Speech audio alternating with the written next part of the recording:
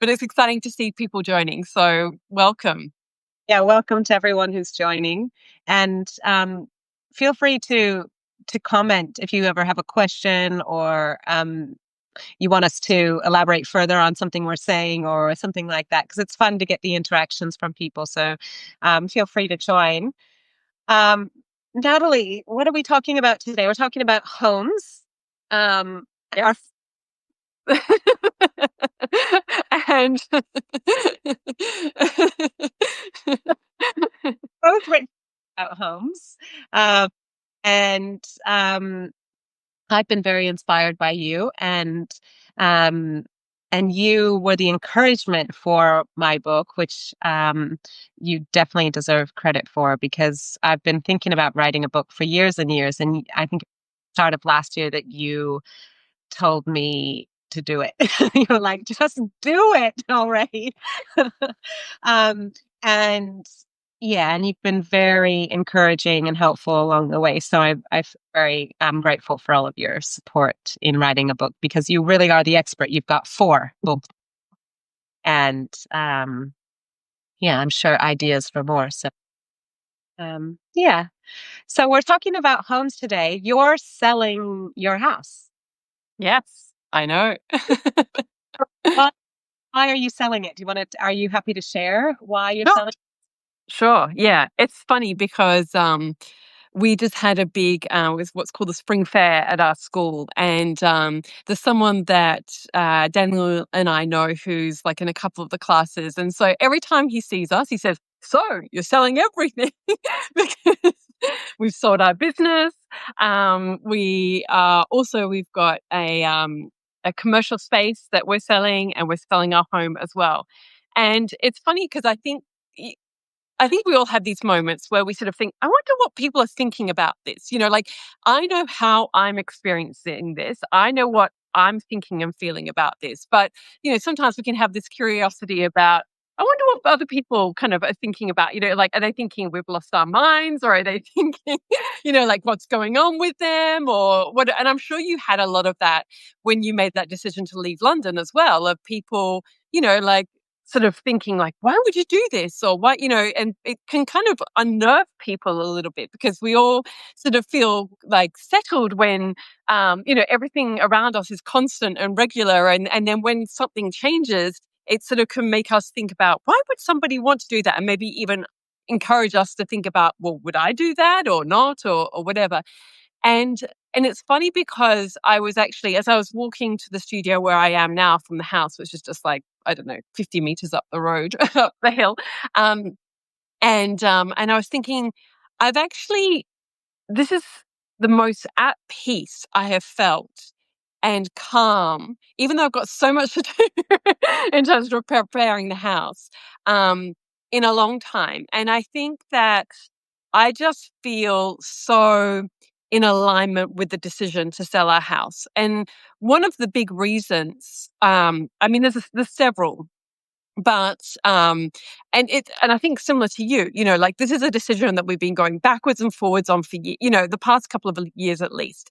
It's sort of like, do we do this? We love our house, and I think that's also the hard thing is sometimes when you love something, and I think that was your experience of when you were living in London. It's like you love living in London, but like, is there a new chapter or is there a new, stage in your life or something that you want to explore? And we love our house. We love the property.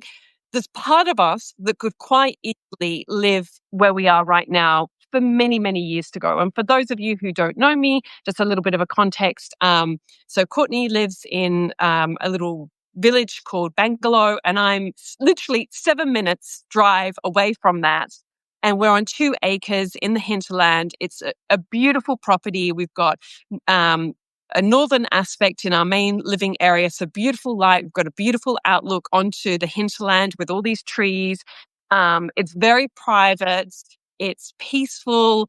It's a good sized house for our family of six. I know I'm like, why are we selling? No, it's, it's, there's so many beautiful things. Like when we come here, we just feel like we can exhale. It's really, really beautiful and we love it. However, some things are not forever, and our family is changing. And what our family looked like 7 years ago to what it looks like now is very different. When we moved here, which was literally 7 years ago, my son is 17, he was 10. My other daughter, she's 14, so she was 7. My other daughter, 12. I'm not going to do the fast maths, but you get the idea. Like everyone was like from Yeah. ages 3 to 10. Your family at that point. And now you've got 4 older kids who have things they're doing, right? So tell us. Yeah, yeah. And so now, my son is well, actually he's just got his piece. So now he's gonna go, because for years he was like, "Oh, can you move into town? Can you move into town?" And now he's like, "I don't mind being here because I've got my P's. I could drive now." But we've got the kids have got sporting commitments and jobs and all of those things. So there's a lot of time spent in the car, and which that's not really how I want to live my life. But also, it takes time to look after a property of 2 acres. And, is that like on the weekends, for example, one of my daughters has been playing in a Queensland sporting competition. And so pretty much all of Saturday is gone. And so I don't have the time that I once had to do that. And I want to be there to support her. And, like I want to, she's passionate about this thing. Like that excites me too. And there are, and again, it's not just about that one thing, but all of these little things that are adding up to kind of feeling like, you know, I think that we're actually hitting a time in our life where perhaps it's time to downsize. And just to kind of put a little bow on it, my husband turned 50 last year. I'm going to be turning 50 next year. And it does feel like we are very much heading into this next chapter of our lives, which we're very excited about. And we're really thinking, what do we want this next chapter to look like? And for us, we want to travel more. We want to be able to do things that really, you know, open up the world a little bit more for us. Before we were very insular, which we loved, but the kids were always playing here and building tree houses and building things in the workshop.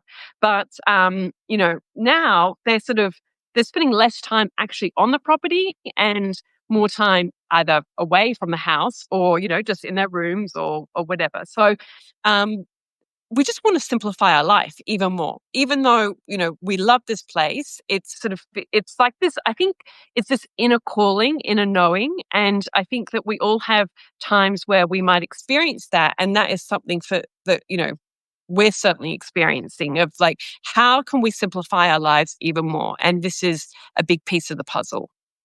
I think I think it's really admirable what you said about how you have so many, you're selling your business, or you've sold your business, you're selling the actual physical building that you're selling your home. There's so many unknowns ahead of you. You have no idea where you're going to buy next and where you'll live. And I think, and to say that you feel the most settled and the most at peace that you've felt in a really long time is so admirable that you can feel that way. I certainly, I feel like I'm pretty good at making big, bold decisions in my life. But when we put this house up for sale at the start of this year, I mean, I really wobbled with it. And like you said, like I really love this house. And then we had all the reasons for selling it and what the benefits of doing that and freeing us up a little bit more financially and hopefully being able to travel a bit more. Um, and maybe having another creative project to be excited about. Um, but I still kind of kept having this like, oh, do I really want to sell this house feeling? So I think that I'm really impressed that you're able to just be so sure of this decision and to be able to kind of close a chapter so effortlessly and be excited about the next one. I mean, it's really so, so cool. um, and yeah, I really admire it. And I think we should talk a little bit about that, about kind of letting go. Or just like listening to it, knowing, like you said, like knowing that there's another chapter that you are about to enter and that you want to be in town. So you're driving less, maybe a smaller place that you don't have to maintain as much. Um, there'll be different things for you to put your time and attention into. And I think, yeah, I think it's really, yeah. Anyway, let's talk about that. Yeah. Well, the thing is that I think for me, I mean, I've moved a lot over my lifetime. I remember once I counted it, and this was a little while back, and lived in something like over 30 different homes. Um, and some of them were like share houses and, all different things when I was at university. But I've moved a lot, and my mum has moved a lot. It was funny, we were joking because we both said, we just like new experiences, even though there's part of me that could quite happily live in this house until I'm 80, which the previous couple were in their 80s when they left this house. And there's part of me that could happily do that. There's also another part of me that um, really loves doing new things. And I know that whatever happens, I will make the best of that situation. Yeah. And it might not be my dream home. And I'm very prepared because we don't know what's going to be available on the market. And I very much as possible, want to like buy, because we'll be selling this house. I want to buy a house. I don't want to rent in between if we can at all avoid it. And there's not a huge amount on the market at the moment, but I have a quite strong sense that no matter what is on the market, I can turn it into something that will be nice.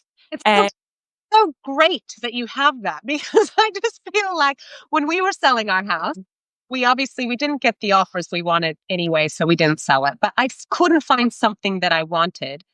And I just have this hard time making a decision on one thing without knowing the next thing or being able to visualize the next thing. But I think you have this like inner trust in yourself that you're just going to land somewhere and you'll be able to make it great. yeah, yeah, I don't know what that is. you know, Above me, please. but yeah, I just know. I mean, of the house. There was one that I was looking at that was like really ugly, and I'm like, bring it on! Like the uglier, the better. Or a makeover. I mean, probably the worst thing for me would be that there are only renovated homes on the market. That would be like my worst case scenario, because then it's like, Yeah. oh, I've got to buy something that like someone's already invested so much time and money and effort into. And inevitably, there will be things that I don't like about it that I want to change. And then I will be thinking, well, that's very wasteful. Whereas I would ideally like to find something that is it's ready for its makeover. And it's funny because I was joking with my husband when we were looking at this ugly duckling house that we just missed out. We just didn't have, our finances sorted out in time. Ideally, we need to sell this place before we can buy another place. And so and I was saying, I just want to make the world beautiful, one house at a time. Like, if I can make the world a better place just by, making one house better at a time, then I feel like, it's been a good life. And so, you know, oh gosh, it breaks my heart actually, because my daughter was at this soccer comp on the weekend in Yamba, and I had been helping this woman um, do a renovation on her house. And in the end, she decided, so we worked out the floor plan. It was this cute old beachside cottage. She'd stripped it all back, she'd removed all the asbestos, and we had worked out how she could build a house within the floor plan. And in the end, she decided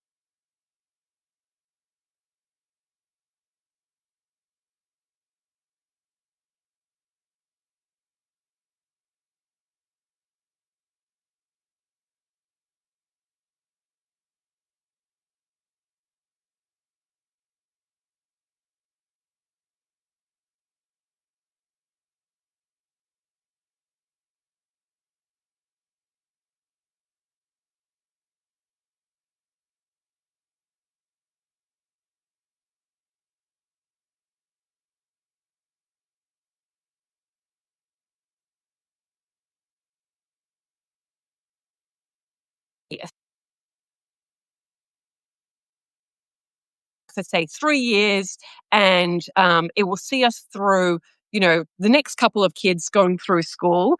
And maybe by the time we've only got one or two left, then maybe we'll do something again because our needs will change again. So um, I think that, yeah, I'm really open to the possibility. I'm excited about the possibility. I guess right now it just feels like, oh, there's so much to kind of work through to get there. And part of me feels like people must be thinking, why is this just taking so long? But it's just, even though, we live in, I try and keep our home tidy and clean. There's just still so many projects and so much layer of like decluttering and just going through things that I want to be ready that once we've sold this house, it's not like we're taking all the stuff to a new house, that stuff that we don't need. And I'm very much using that as a filter to sort of say, do I want to take this to the next house? Because there are a lot of things that I don't, and I'm really willing to kind of let go of those things. So that's kind of my big thing that I'm focusing on at the moment. It feels that it's not so much a hurdle, but it's just something that I'm working through, and it's been an interesting process in itself.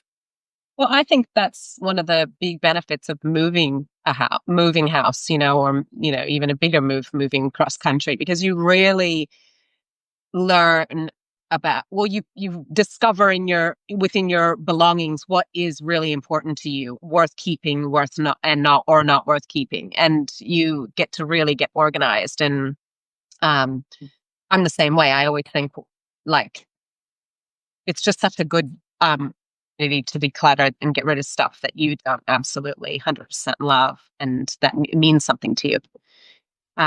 So what sort of things are you keeping when you move from this house to the next? Like, are there things that you feel like, yeah, are worth keeping? Yeah, I mean, again, it's people might not expect this, but I could actually get rid of everything.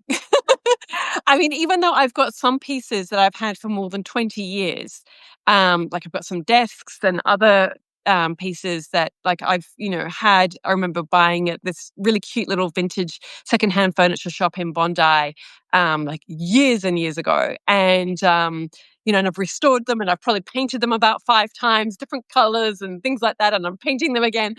But I was thinking to myself yesterday, I thought, maybe I should have like a tag sale before I leave. I just want to get rid of everything, like, just things and just sort of start afresh. And because I don't know what we'll be moving into, and there would be something kind of nice about, yeah, getting rid of some things and just kind of having a fresh start in some ways. So, um, Like, in terms of you keep, like, I always think it's like a lot of the vintage pieces that I've bought, because they've been loved even before I've had them and kind of stand the test of time. Those are things that I generally tend to keep.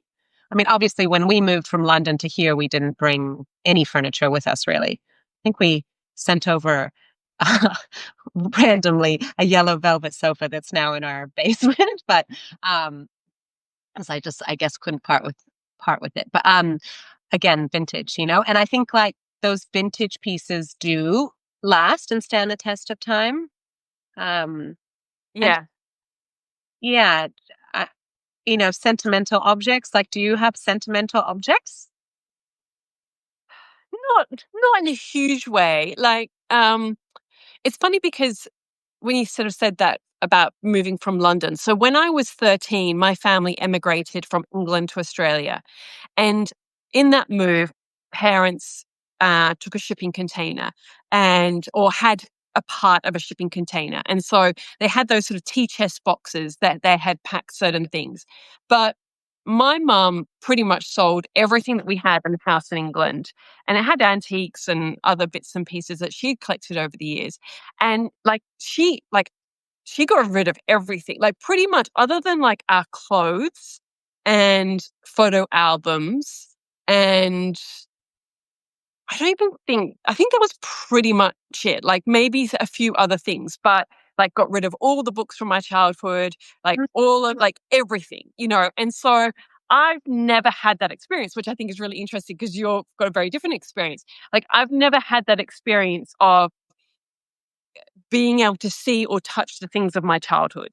Yeah, Like right. they are so alive in my mind, but they are not physically alive. And I Think was, that, like, has that, do you feel robbed in some way? Like, or, no, yeah. no, No. no, not at all. Like, because it's so visceral in my mind. Like, I can still see and remember. It wasn't Laura Ashley, but it was that kind of style. Like, I had like a Laura Ashley style wallpaper, matching bedspread, matching curtains. They were kind of like a pale, like they were cream, like a warm creamy color with it was actually very similar to the color of your cover, the flowers on it, and um, like yeah, a pine. Like I can just see everything in my bedroom of my childhood. I know it so well, and yet I don't have any of that stuff. And my mom is incredibly unsentimental. Like she loves Facebook Marketplace. She's constantly buying and selling things and updating, and she will say, "Oh no, I don't like this coffee table anymore," or something. And suddenly, like she's got a new one, or she's replaced a sofa, or whatever. So I think that having the mom that I do is really unsentimental. Look, she loves her home, and it's obviously not my style, but like it's very thoughtfully decorated, and she puts a lot of time and care into her home, but um but she's very unsentimental, and she could, I think, just as easily let go of everything as well.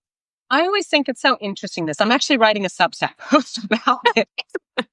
Like, like, how what do you store of your kids' stuff, like sentimental objects, and like what do you not store? And I always think, like, I grew up in a big house that my dad still lives in. So it's like literally time capsule of my childhood with my four siblings. Everything is still in that house. Like our stuffed animals, my Cabbage Patch Kid dolls from from when I was 2.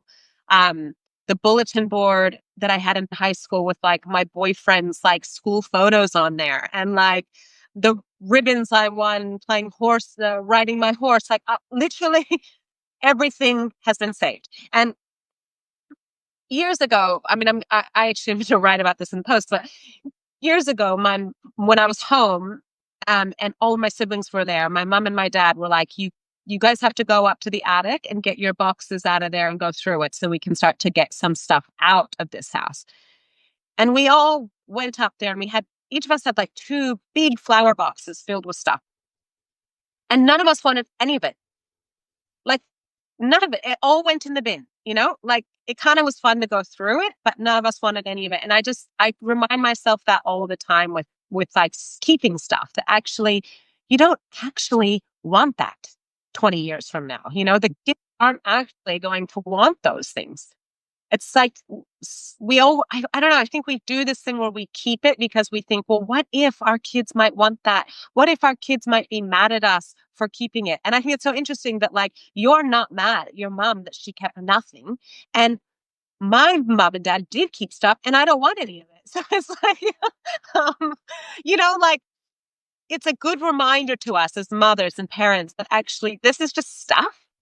And probably our kids aren't going to want it someday. So it's, in terms of like letting go of stuff and starting again and having a relatively clean slate in your next home, it's just feels good, doesn't it? I really feel like I could never live in this house that my dad still lives in with all this shit from his children's childhood in it. It would make me absolutely crazy to live in a place like that because it's like so filled with stuff.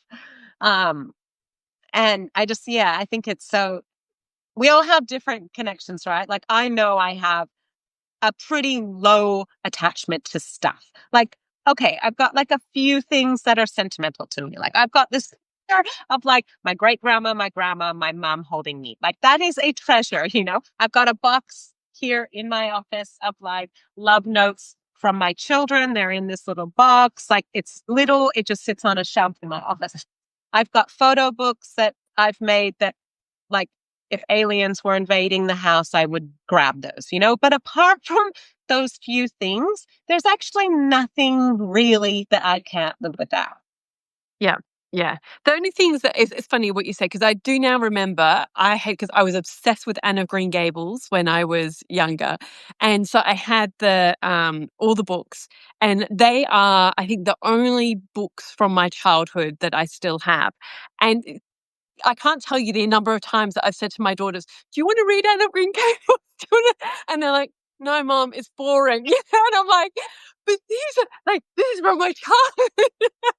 And they're so disinterested. And even like I think I once got my eldest daughter to watch, I managed to find it online, like the original series, and we watched like one episode. I'm like, should we watch the next episode? And she was like, no.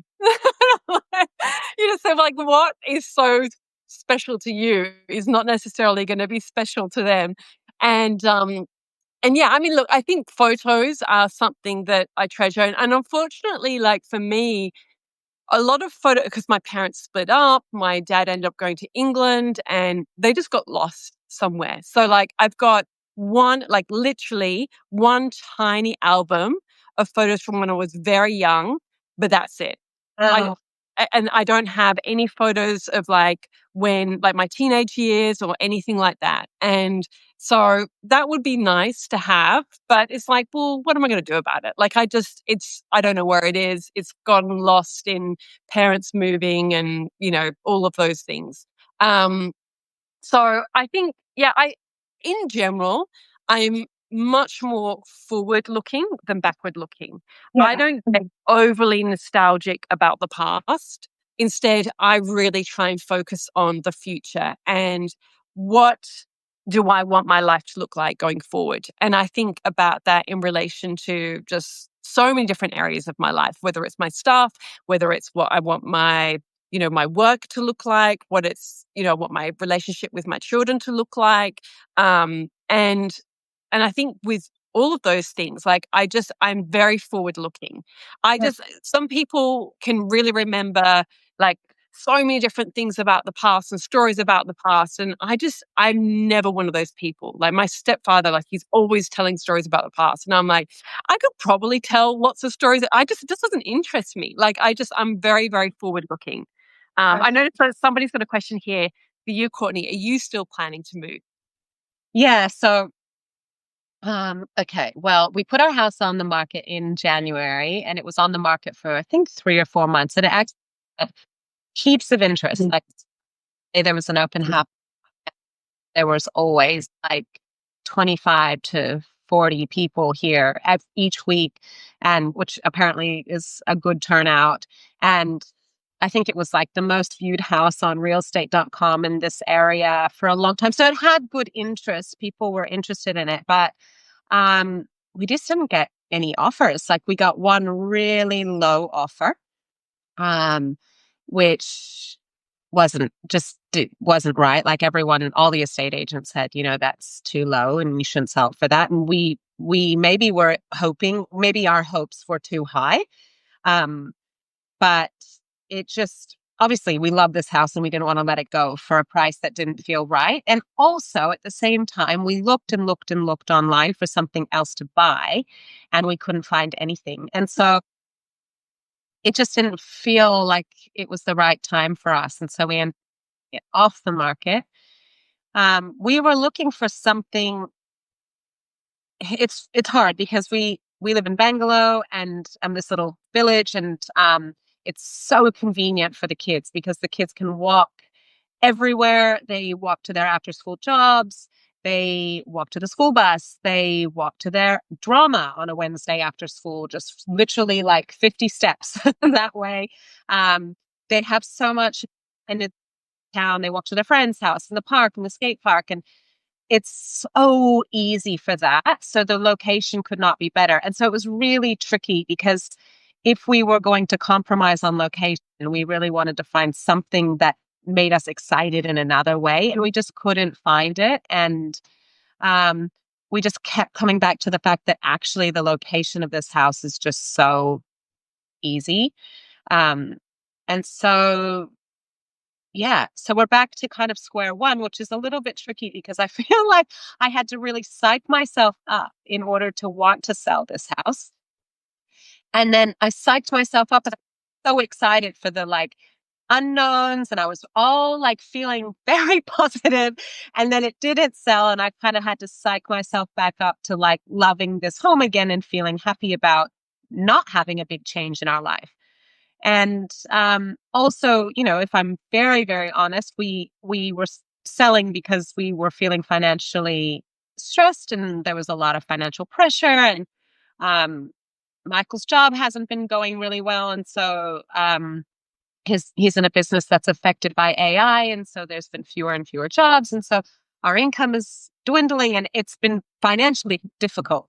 And so we were thinking we'd sell this house and buy something less expensive, but it just didn't happen. And so now we're back to being in this house and just trying to make it work financially, um, which is again a little bit stressful. So I don't know. It's really tricky. I really feel um, a little bit like stuck again. Um, and we're not opposed to selling it. It just needs to be for the right amount, and then we need to find something else to buy. So, and it's tricky. The kids all have opinions, and I'm sure you had the same thing, Natalie. It's tricky when you've got teenagers who really, you know, really love where we live, and didn't want to leave this small town. And you know, the younger ones, like we were like, maybe we'll find somewhere with a pool, and so you know, Wilkie was so excited about that idea. Um, but it's hard to be so open to change and to not feel tied to your belongings and to be receptive to the unknown when you have children who are kind of being a little bit more stuck in their ways. Um, but they were on board. We just didn't work out. And so maybe we'll try again at another stage. And I don't know. But yeah, that's the long answer to that short question.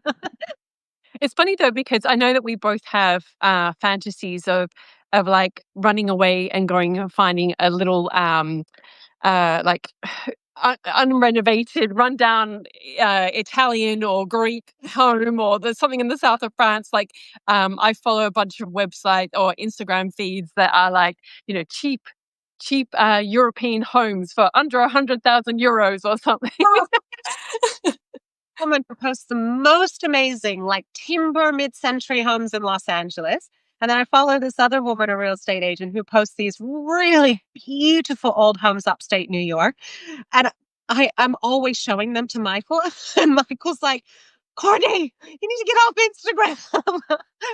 You need to feel settled in one place and stop. Because I can do that. I can be like, oh, well, let's move to Greek. Or, you know, like 2 nights ago, I was Googling house prices in Tasmania.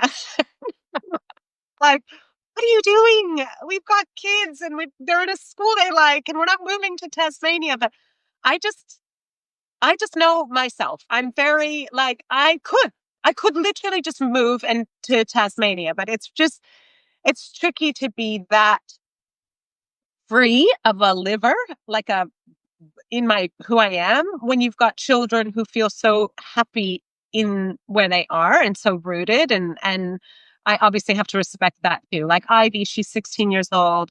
She's got a boyfriend. She's got like such good friends. She's got two after school jobs that she loves. She's at a school she loves. And she just looks at me like there is no way in hell moving. Yeah, but I do think that that is the curse of social media, is that we're shown all these other options, these beautiful homes you can buy for affordably in France and Italy, and or these. I even look at like flats in London, and I'm like, oh, but I loved London, and you know, it's really difficult. I think to that it kind of like I just think often of my parents, like they didn't ever have social media. My mom hardly even looked at magazines. Like she just lived in this like house on a farm, kind of in the middle of like nowhere, America, and like she was just content. We were all content because we weren't shown all these other options all the time.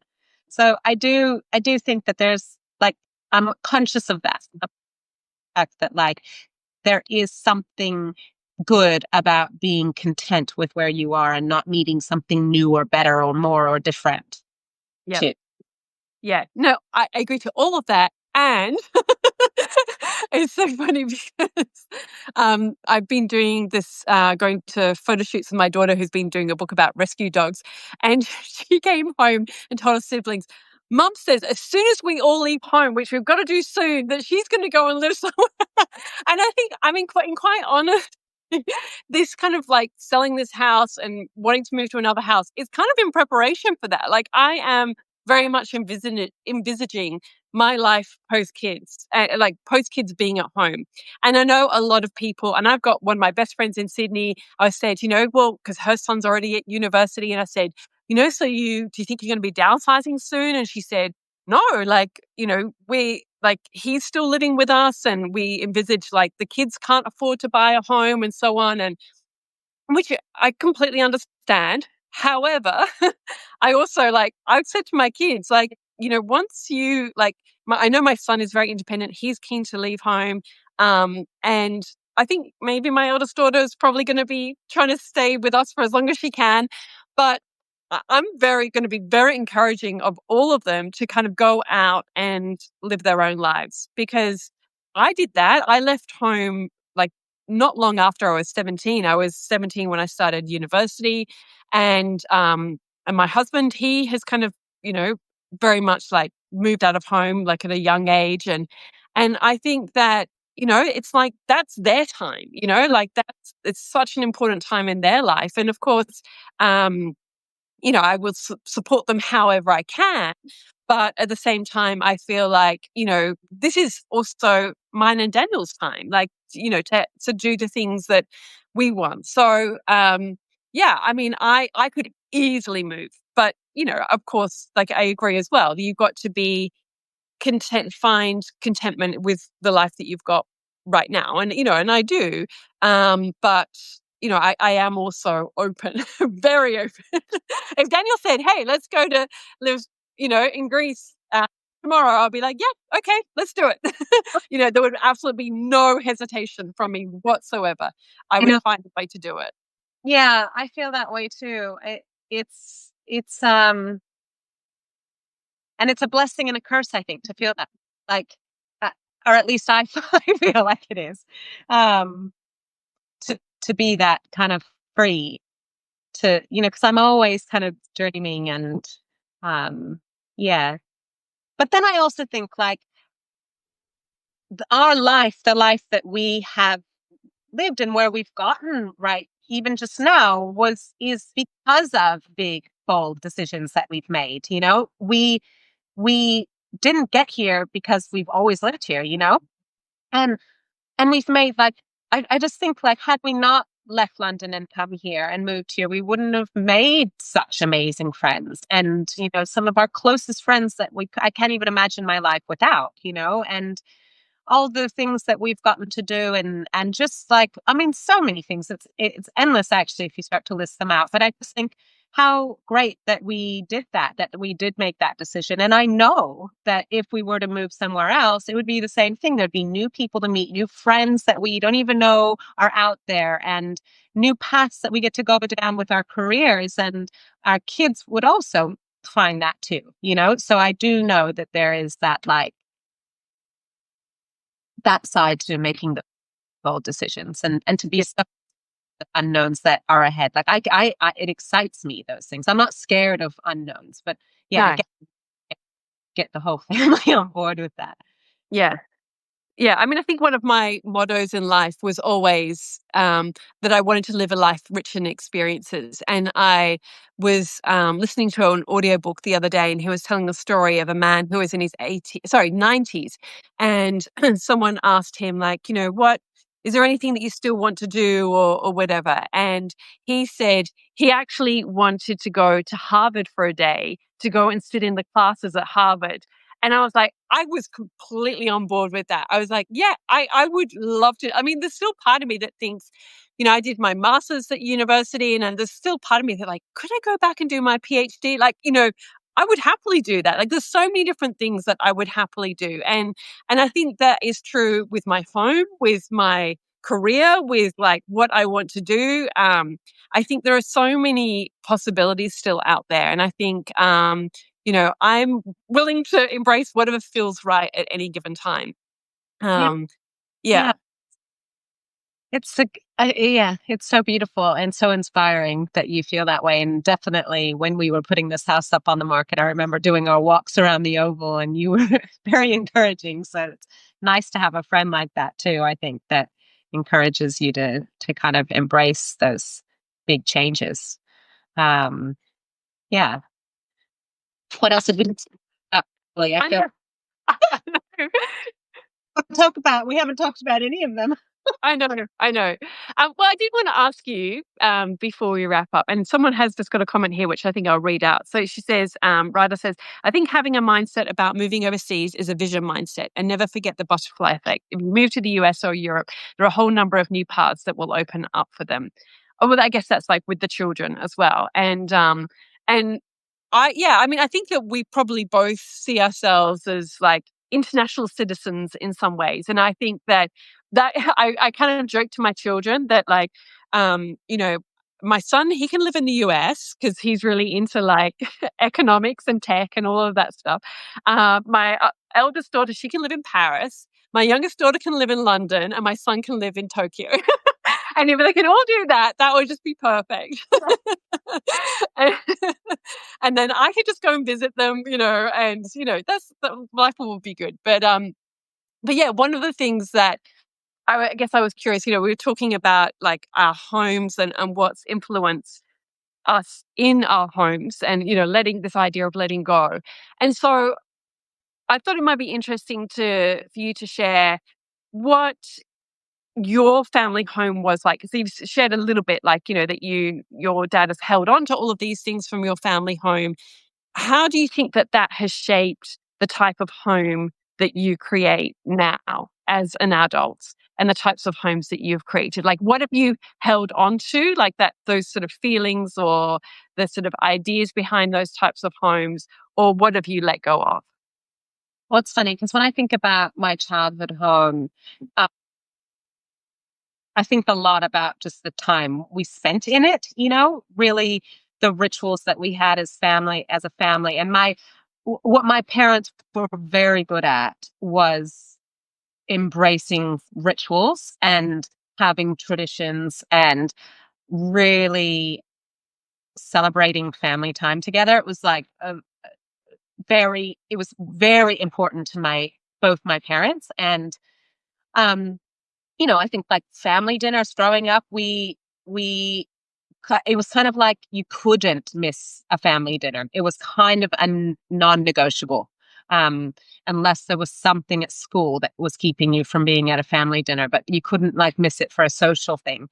Um, and so family dinners were really big. I grew up in a Catholic family, so church on a Sunday was a very big deal. We went to church and then we would go to breakfast after with my cousins, and then we would all come back. And with those cousins, we would play a game in the backyard. Even in winter, we would play like either a big soccer game or a big baseball game. So it was family on a Sunday. It was very important. And I just think like there's so many little rituals I could point out, but the house was designed. We had a big fireplace, big brick fireplace, and it had this seat, like a bench seat in front of it. And we would just always be sitting there. And then the sofa was kind of across from it. So the family room, the living room, whatever you want to call it, was just like a hub of where we all hung out. And I grew up with lots of cousins and aunts and uncles in my small little town. And so everyone was always popping by and it was very family based. And so that is like what I feel like I've tried to grasp onto that kind of feeling, of this feeling of creating a home that allows you to spend time together as a family. That's obviously very important to me. So like a big dining table, big enough seating area in a living room where you can all sit and be together.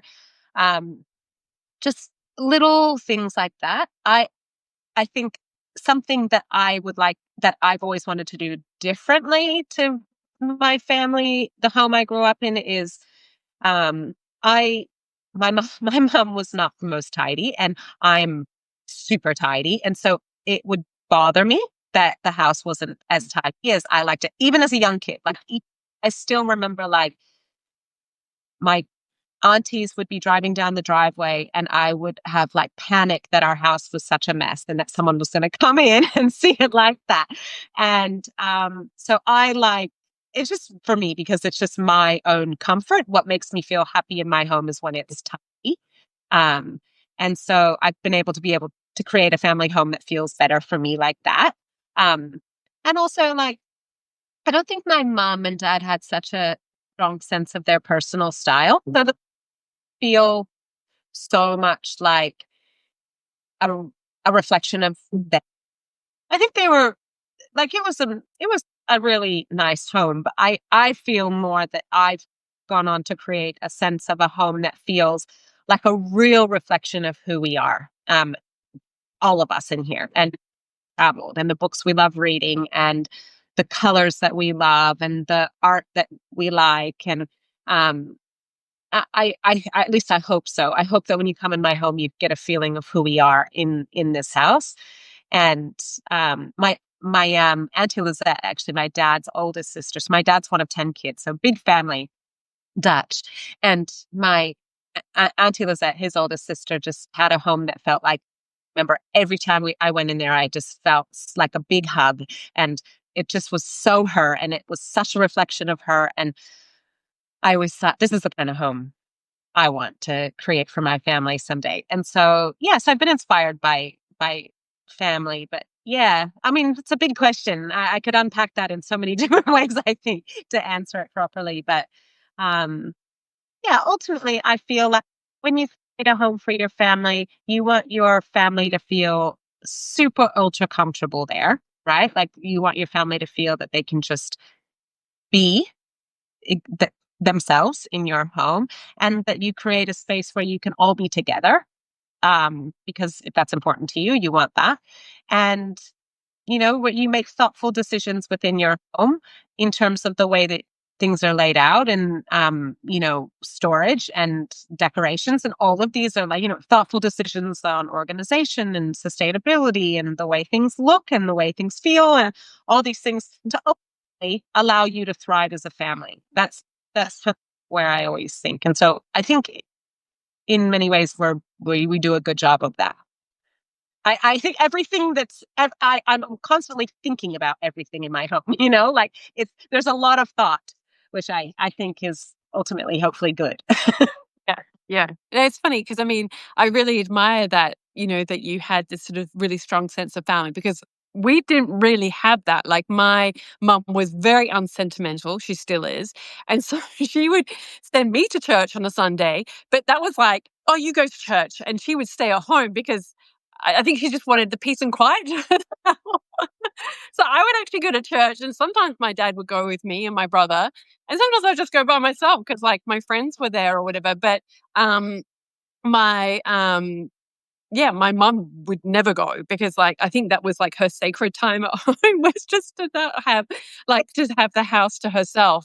And but it's interesting you say about your aunt because my mum loved like quite a traditional English style home. And so we had like flock wallpaper in the dining room. We had like this sort of really antique kind of dining table. I can't remember what, like Queen Anne style or something. And, like all this really traditional furniture and velvet sofa with gold tassels on the, like around the cushions and stuff. Uh, and sorry, it was a green carpet and like a dusty pink velvet sofa with the gold, and so it was very very traditional. And my mum's younger sister, she was in my eyes was kind of always a bit more cool. Like she lived closer to London, and she was like very influenced by that, and like was very more kind of contemporary with the way that she would decorate her homes um and so, and like my mum always liked things pretty, and like even to this day, like I don't like I'm not a big fan of like pretty, like pretty kind of stuff. So funny though that like I just find it so interesting that like that style, your mum had a style, but that actually repelled you in some way. Like you don't like. I always think like I hope my kids someday don't go the complete opposite. So it's funny because like there's like this huge, I don't know if you've seen this, but there's like this kind of like grandma core or grandma cottage kind of style, like this English cottage style that's like really popular right now. Like people are really getting, not everyone, but like a sector of people are really into it. I I'm pretty sure I could get into that. Yeah, yeah, yeah. And like to me, I'm like, oh no, like I just can't. Like it's just too. No, I just can't. I find it suffocating. I, Yeah. I find all that print and look, I can appreciate it, but like I could not live with that. I find it suffocating to have like flat and because I had flowers on the walls, flowered wallpaper, and like even though I look back in my bedroom with fondness, but to me it feels suffocating to think of floral wallpaper, to be living with floral wallpaper and floral curtains and like just a massive pattern. Like to me, that is so. At this point in my life, who knows? It might change, once all the kids have gone and things like that. But to me, that feels really suffocating.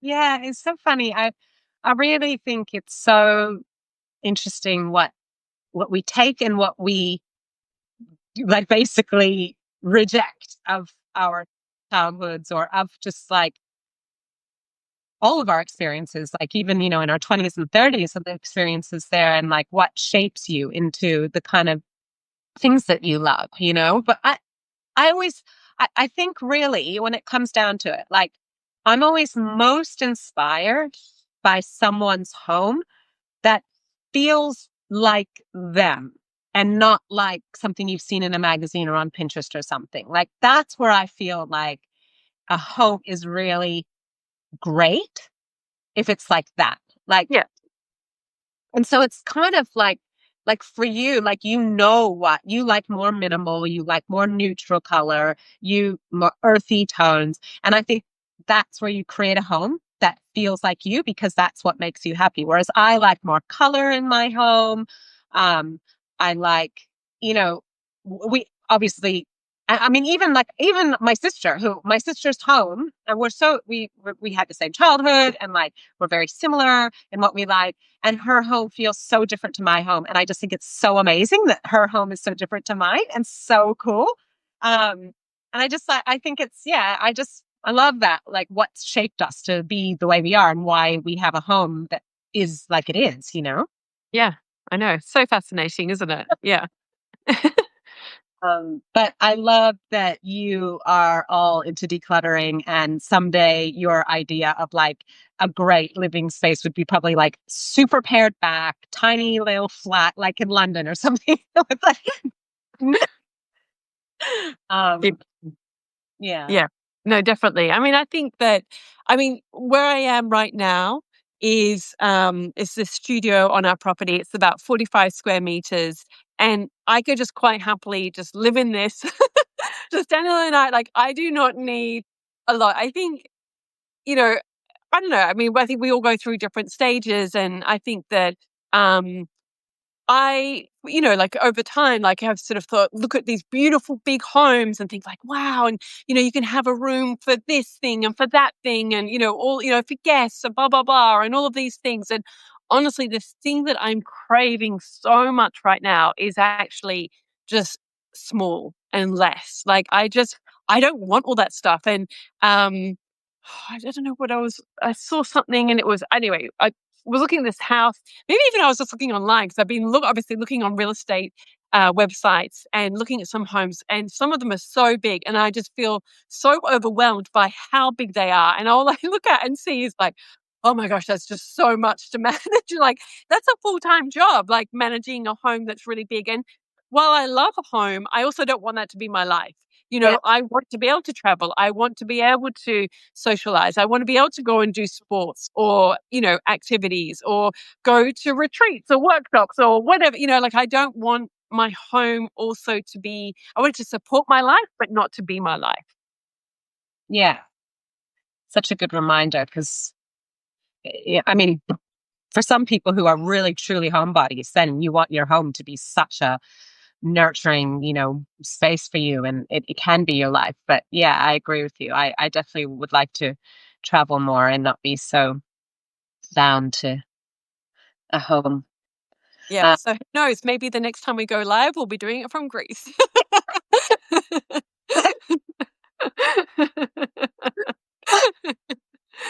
Well, I feel like we've talked for a really long time, and there were so many other things we wanted to say that we didn't say, but we'll have to just do this again another time. Okay, well, let us know in the comments if you want us to have another rambling conversation about home. We hope that this has provided some, I guess, insight or entertainment or encouragement, I guess, to just, I think that's one of the biggest things that I've kind of been learning through this whole process is just to really tap into that kind of that inner knowing, that inner voice, that, that's sort of really speaking to you. And coincidentally or not, I've actually been like hardly on social media at all over the past couple of months. And I think that has really allowed me to tap more into that sense of, what is it that I want? And because, like you say, it can be so easy to be seduced by all of the things that are out there, but to really tap into that inner knowing that you have about what is right for you at this stage in your life, because it changes and it evolves and it grows and it adapts, and you need to do all of those things as well. And so I think if you can try and find some quiet in your life or your day to kind of connect with that, I think it's so important. Yeah, I think that's really, really wide. Um, and yeah, and also just being receptive to the fact that our lives do change and our needs change and our family grows and your home, the map with home change as your kids get older and all of those things, which is definitely true. Um, anyway, it was nice chatting with you, Natalie. Thank you for sharing all that you've shared and for the good questions. No, thank you. Getting me on this app somehow. Um, soon. Thanks everyone for tuning in and for your questions as well. And yeah, we'll share a recording of this on both of us will on our Substack. So there'll be a recording shared for anyone who joined late and wants to watch the beginning. Great. All right. Thank you, Courtney. Thanks everyone for joining us. Bye.